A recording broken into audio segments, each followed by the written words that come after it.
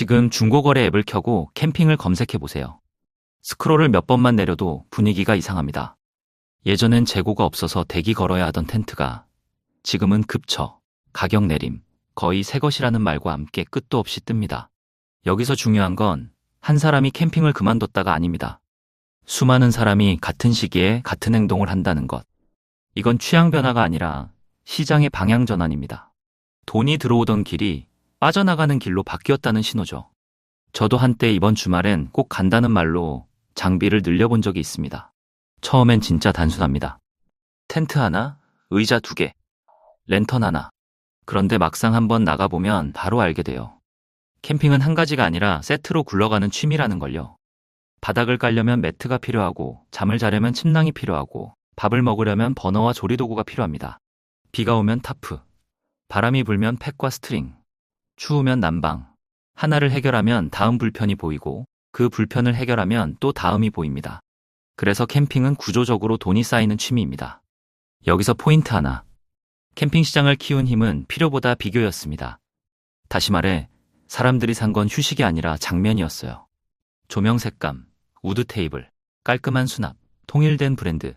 사진 한 장이 나는 이런 삶을 산다를 보여주니까요. 이런 소비를 정체성 소비라고 합니다. 정체성 소비는 확산 속도가 빠릅니다. 대신 경제가 조금만 팍팍해져도 가장 먼저 줄어듭니다. 이유는 간단해요. 생활비는 줄이기 어렵지만 기분을 위한 지출은 먼저 줄일 수 있으니까요. 그리고 지금은 체감 경제가 확실히 달라졌습니다. 물가가 오르고 대출 부담이 커지고 월 고정비가 늘면 주말 레저 지출은 바로 영향을 받습니다. 특히 캠핑은 총합이 커지는 취미예요. 장비값만이 아니라 이동비, 장작, 식재료, 사이트 이용료, 그리고 생각보다 자주 나가는 소모품까지. 한번 다녀오면 카드 명세서가 말합니다. 생각보다 꽤 썼네. 이 경험이 2번, 3번 쌓이면 사람들은 신규 구매를 멈추고 업그레이드를 멈추고 결국 정리를 시작합니다. 그 순간 중고 매물이 폭발합니다. 그런데 캠핑을 쉽게 만든 건 돈만이 아닙니다. 진짜는 시간입니다. 캠핑이 힘든 이유는 불편해서가 아니라 그 불편이 시간 비용으로 청구되기 때문이에요. 금요일 퇴근하고 짐 싣고 출발하면 도착할 즈음엔 어둡습니다. 설치하고 정리하면 밤이 깊어지죠. 저는 바람이 세게 부는 날 팩이 풀려서 라인을 다시 잡느라 땀을 쏟은 적이 있는데 그때 깨달았습니다. 휴식은 앉는 순간부터 시작인데 그 순간까지 이미 체력을 상당히 써버린다는 걸요. 다음날 아침은 더 냉정합니다. 결로로 텐트가 축축해지고 바닥은 눅눅해지고 아이가 있으면 더 정신없습니다. 그리고 퇴실 시간. 이때부터 캠핑은 철수 레이스가 됩니다. 말릴 시간이 없으니 접어서 넣고 집에 오면 다시 꺼내 말려야 합니다. 그래서 캠핑은 1박 2일이 아니라 체감상 2박 3일짜리 취미가 됩니다. 여기서 리텐션이 깨집니다. 재미가 줄어서가 아니라 몸이 기억해버리기 때문입니다. 다음에 또 하자를 누르기 전에 몸이 먼저 그거 힘들었지라고 말하는 순간이 옵니다. 이 작은 불만들이 누적되면 결정타는 가격에서 터집니다. 캠핑장 요금이 오르는 건 이해할 수 있어요. 수요가 많으면 오르죠. 문제는 소비자가 체감한 게 가격 상승이 아니라 당하는 느낌이었다는 겁니다. 주말, 성수기, 2박 이상 조건, 인원 추가, 차량 추가, 방문객 추가, 옵션이 붙을수록 그래서 총액이 얼마야가 복잡해집니다. 복잡한 가격은 신뢰를 깎습니다. 저는 결제 직전에 옵션이 줄줄이 붙는 걸 보고 창을 닫아버린 적이 있습니다. 비싸서가 아니라 기준이 없어서요.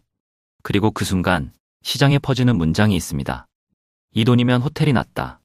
이 말이 무서운 이유는 비교 기준을 바꾸기 때문입니다. 캠핑은 원래 조금 불편하지만 낭만 있고 상대적으로 저렴한 선택이라는 전제가 있었는데 그 전제가 깨지면 캠핑은 불리합니다. 호텔은 준비가 없고 날씨 변수도 적고 체크아웃이 전쟁이 아니고 무엇보다 정리가 없습니다. 캠핑은 낭만을 주지만 피로도 같이 줍니다. 그래서 한번 비교가 시작되면 가볍게 즐기던 사람부터 먼저 빠져나갑니다. 여기에 대체제가 완전히 돌아왔습니다. 코로나 시기에는 캠핑이 사실상 독점에 가까웠습니다. 실내는 피해야 했고 해외는 막혀 있었고 선택지가 좁았죠. 그런데 지금은 다릅니다. 해외여행이 열리고 숙박이 다양해지고 주말에 그냥 쉬는 것 자체도 강력한 대안이 됐습니다. 선택적 여가는 대체제가 조금만 매력적으로 변해도 수요가 이동합니다. 캠핑은 날씨 변수, 준비와 철수, 이동 피로가 포함되기 때문에 이동 속도가 더 빠릅니다. 그리고 시장을 키운 게 바로 그 라이트 유저였기 때문에 체감 하락은 숫자보다 훨씬 크게 느껴집니다. 수요가 줄면 곧바로 중고 시장의 도미노가 시작됩니다. 캠핑 장비는 부피가 큽니다. 쓰지 않는 순간부터 공간을 먹는 물건이 되죠. 그래서 어느 날 결심합니다. 정리하자. 그런데 수만 명이 같은 결심을 동시에 하면 포화가 됩니다. 포화되면 가격이 내려가고, 가격이 내려가면 더 떨어지기 전에 팔자가 되고, 그럼 매물이 더 늘고 가격은 더 떨어집니다. 한번 내일이 더 싸다는 기대가 만들어지면 구매는 늦어지고 판매자는 급해지고 시장은 더 빨리 식습니다.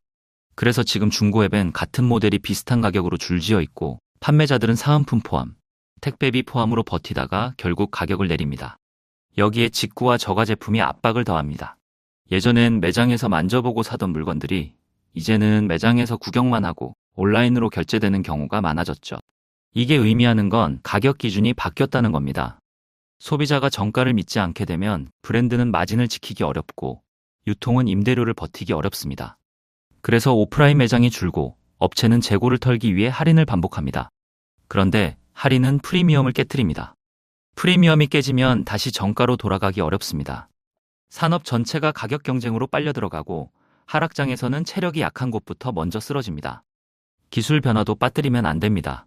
전기차 보급과 전력 공급 기능은 캠핑을 더 편하게 만들었지만 동시에 전통 장비의 필수성을 줄였습니다. 예전엔 파워뱅크, 가스, 랜턴이 기본 세트였는데 이제는 차에서 전기가 나오니 일부는 선택이 됩니다. 필수에서 선택으로 바뀌는 순간 해당 카테고리 시장은 줄어듭니다. 그리고 문화는 양극화됩니다. 아주 간소하게 가는 미니멀과 완전 편의를 사는 럭셔리. 그 사이에 있던 평범한 가족형 중간 시장이 얇아지면 산업의 볼륨은 급격히 줄어듭니다. 산업은 늘 가장 많은 사람이 지탱하는데 그 가장 많은 사람이 빠져나가면 숫자가 한 번에 꺾입니다. 그리고 이 변화는 단순히 사람들이 덜 간다 해서 끝나지 않습니다. 붐이 한창일 때는 캠핑장도 글램핑도 용품점도 지금이 기회다라며 투자를 늘립니다. 그런데 수요가 꺾이면 고정비가 남습니다. 땅값, 전기수도, 인건비, 유지보수, 대출이자. 손님이 조금만 줄어도 체감 타격은 훨씬 크게 오죠. 그래서 어떤 곳은 할인으로 버티고 어떤 곳은 이박 강제 같은 방식으로 객단가를 올리려 합니다. 하지만 이런 조치가 반복될수록 소비자의 신뢰는 더 빨리 닳습니다. 결국 시장은 가격을 올려서 살리는 단계가 아니라 불필요한 과잉을 정리하고 살아남는 단계로 넘어갑니다. 앞으로 1에서 2년은 바로 그 조정기일 가능성이 높습니다. 자, 결론입니다. 캠핑이 완전히 사라지는 게 아닙니다. 과열됐던 시장이 현실적인 크기로 되돌아가는 과정입니다. 거품이 빠질 때는 구조조정이 동반되고 그래서 장비업체도 매장도 캠핑장도 동시에 어렵게 느껴집니다. 그럼 우리는 어떻게 해야 할까요? 여기서부터는 실전입니다. 그래서 지금 여러분에게 필요한 건 감정이 아니라 기준입니다. 팔 사람이라면 언젠가를 버리고 날짜를 잡으세요. 계절이 바뀌기 전, 특히 성수기 직전이 가장 낫습니다. 살 사람이라면 반대로 급할 이유가 없습니다. 같은 제품이 여러 개 올라와 있다면 가격은 더 내려갈 가능성이 큽니다.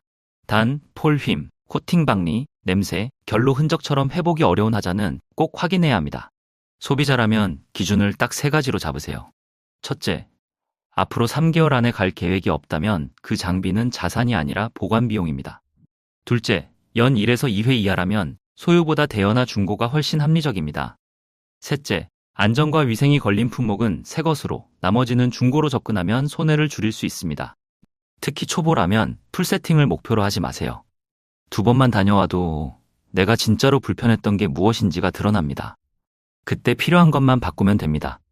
캠핑장을 운영하는 입장이라면 답은 더 명확합니다. 가격을 복잡하게 만들기보다 기본 품질로 신뢰를 회복해야 합니다. 샤워, 화장실, 소음, 사이트 간격, 체크인 아웃의 여유. 이 기본이 좋아지면 사람들은 다시 돌아옵니다. 캠핑의 적은 다른 캠핑장이 아니라 더 편한 삶이니까요. 그리고 그래도 나는 캠핑을 계속하고 싶다는 분들. 지금이 나쁜 시기만은 아닙니다.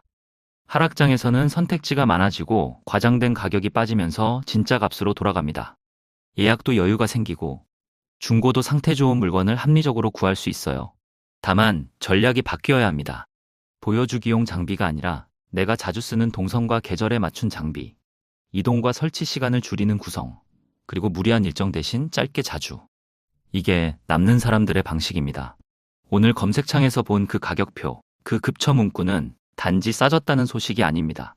사람들이 무엇을 포기했고 무엇을 선택했는지 보여주는 데이터입니다. 중고앱에 쏟아지는 텐트는 단순한 매물이 아니라 사람들이 한 번씩 치러본 기회비용의 영수증입니다. 그 영수증을 읽을 줄 알면 보입니다. 지금이 손절의 타이밍인지 아니면 거품 빠진 시장에서 똑똑하게 시작할 타이밍인지가요.